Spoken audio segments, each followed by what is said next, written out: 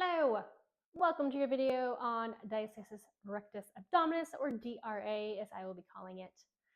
DRA is the thinning of the fascia called the linea alba between our abdominal muscles. So we have 4 layers of abs. We've got the transverse, which is the deepest one we think of as the corset. Then we have the internal obliques here, external obliques here, and our main abdominal rectus abdominis muscles, the six-pack abs that we most all think about running vertically right down the center. So there is fascia that connects all 3 of those deeper layers of muscles, with those rectus muscles actually separate and kind of sitting on top.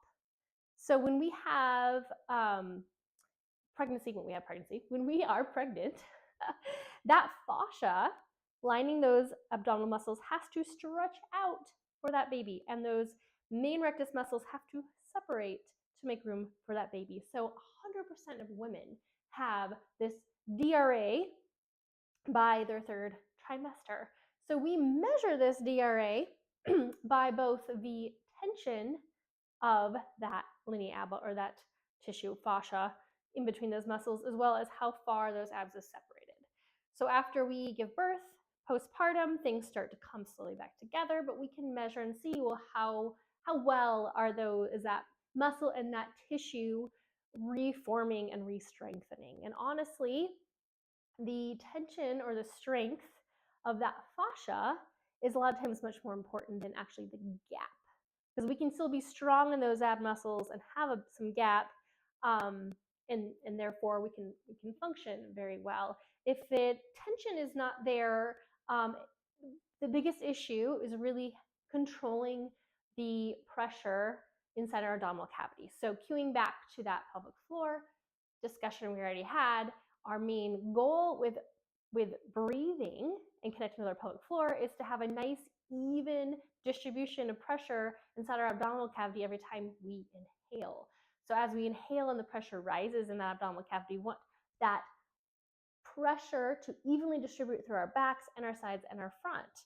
So if we are not quite as strong or as tight through that tissue down our front post-delivery, air wants to go to the path of least resistance, which then would be a lot of the front. So if we are breathing here without even thinking about it in every single breath, because air is like, oh, look, it's loose up here, a lot of times that means we're going to have very tight backs. Sometimes it means we're going to have very tight floors, or other concerns. And or if we are aware of that and we are trying to suck in or tighten or grip down with our abs at all, that can actually put a lot of pressure down. So what this DRA is doing, or how much you have and how strong it is, directly correlates to that pressure management, and therefore entire core stability. And it is worth saying that if you were to do nothing, naturally over time, and that might be weeks, it might be months, it might be years, it totally depends on the person, and there's really no great research to show, who might be healing slower or faster in this DRA. It likely will just correct itself.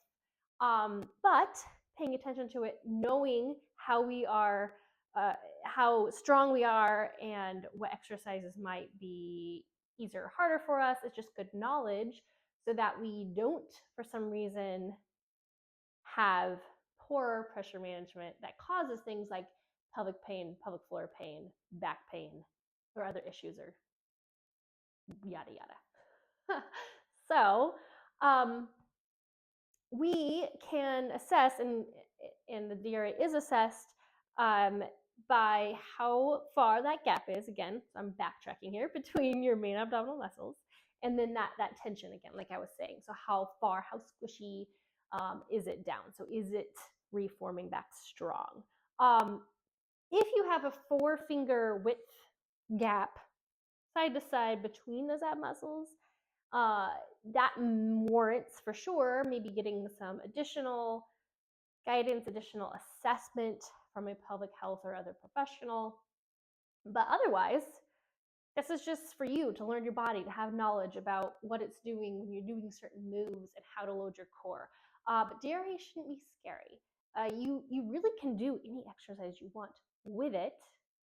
But again, body awareness can take us really far in terms of prevention of any issues down the road. So I'm going to show you how you can kind of feel around at that midline to see what's going on with your DRA and how to assess maybe when you're not managing that pressure very well. And you can do this, I'm going to do it on my back to show you, but you can do this not just on your back, but I really encourage you to practice on your sides, on your front, anywhere where you're loading your core in different positions, any exercise, even with a squat, with a deadlift, with any exercise you're doing, you can check in on. Sometimes that's safer than others, but you would actually literally probe and feel and look and see, am I getting a dome? Am I getting a belly pooch? Is it hard? Is it soft? Or can I change that by changing how my breath is going? So breath work can really make a difference in making sure we're not, overloading this front line. Okay, so again, no right or wrong. This is all exploration. So if you are doing this on your back, you're going to want to expose your belly 2 inches above and 2 inches below your belly button. Because I'm only going to show you at the belly button, but you can do the same assessment a couple inches above and a couple inches below. Women may, side note, correction on that, men can also have a DRA. It doesn't have to do with pregnancy. Everybody has a natural little gap. We're not like totally closed between those two main ab muscles. They are two separate muscles. So those two muscles on the sides, our six-pack abs, are separate muscles. So everybody's going to have some bit of a gap.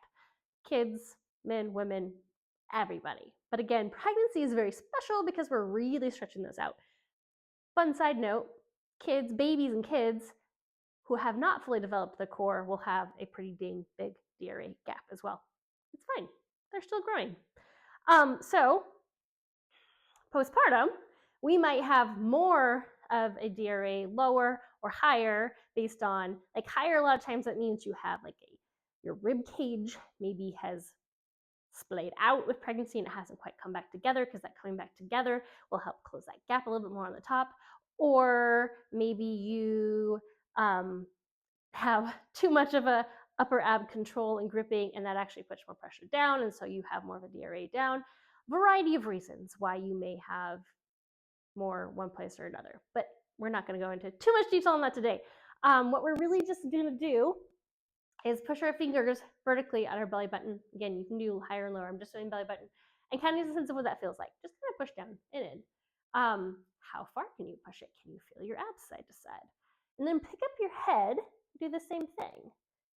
Can you feel the walls of your abdomen from side to side? And how much can you push down? So that's kind of the assessment of the tension and the width, right?